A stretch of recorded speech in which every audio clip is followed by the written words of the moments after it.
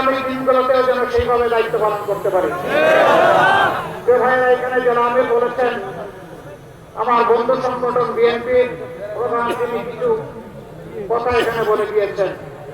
আমি আপনাদেরকে সুসংবাদ দিচ্ছি, আজন্ম আমি আল্লাহর কাছে ক্ষমা চাই, আর আজন্ম যারা আমাকে কষ্ট দেয় আমি তাদেরকে মাফ করে দিই। আপনাদেরকে সাক্ষী রেখে আমি সবাইকে মাফ করে দিলাম। যারাই আমার চরিত্রের উপর আঘাত এনেছেন আল্লাহ তাআলা তাদেরকে ক্ষমা করে দিন। আমি যেহেতু ক্ষমা করে দিচ্ছি, আমি আশা করি আমার আল্লাহ তাদেরকে ক্ষমা করে দেবেন। আমি আল্লাহর ক্ষমা পাইতে চাই। মানুষ হিসাবে আমিও ভুলের ঊর্ধ্বে নই। আমি ভুল করলে আমি যেমন প্রত্যাশা করি যে আমার একজন ভাই কিংবা বোন আমাকে ক্ষমা করবে, স্বাভাবিকভাবে আমারও দায়িত্ব হয়ে যায় আমার প্রতি কেউ অবিচার করলে তাকেও ক্ষমা করে দেওয়া। আমাদের এই জায়গা থেকে জেদ মেটানো এটা মানায় না, আর আমার রক্তের সাথে এটা যায়ও না।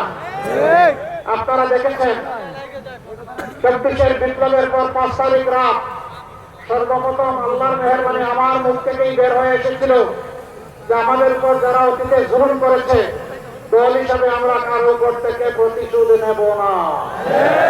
ফরিদপুরবাসী আপনারা কি বলতে পারবেন যে এই ফরিদপুরে আমরা কারো উপর থেকে প্রতিশোধ নিয়েছি? আমরা নেইনি।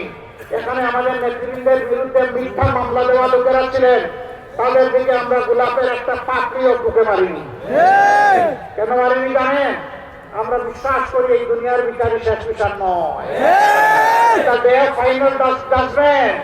আল্লাহ তাআলা আসল বিচারটি করবেন। হ্যাঁ, একথাও বলেছিলাম যে ক্ষতিগ্রস্ত ব্যক্তি এবং পরিবার তারা যদি অধিকারকে আইনের আশ্রয় নেয় আমরা তাদেরকে সর্বাত্মক সহযোগিতা দেব। কিন্তু সাথে সাথে এটাও সাবধান করে দিয়েছিলাম, সাবধান, মামলা করতে গিয়ে একটা নিরীহ নিরপরাধ মানুষের নাম ঢোকানো যাবে না। আমরা আমাদের কথাই জাতির সাথে রেখেছি। শুধু তাই না, 6 তারিখ থেকে শুরু করে একটানা 20 তারিখ পর্যন্ত 15 দিন সারা বাংলাদেশে মসজিদ, মঠ, চার্চ এবং মন্দির আমাদের লক্ষ লক্ষ কর্মী পাহারা দিয়েছে। যাদের জীবন সম্পদ, বাড়ি, ব্যবসা প্রতিষ্ঠান ঝুঁকিপূর্ণ ছিল, সব জায়গায় আমরা পাহারা দিয়েছি। থানা পুলিশ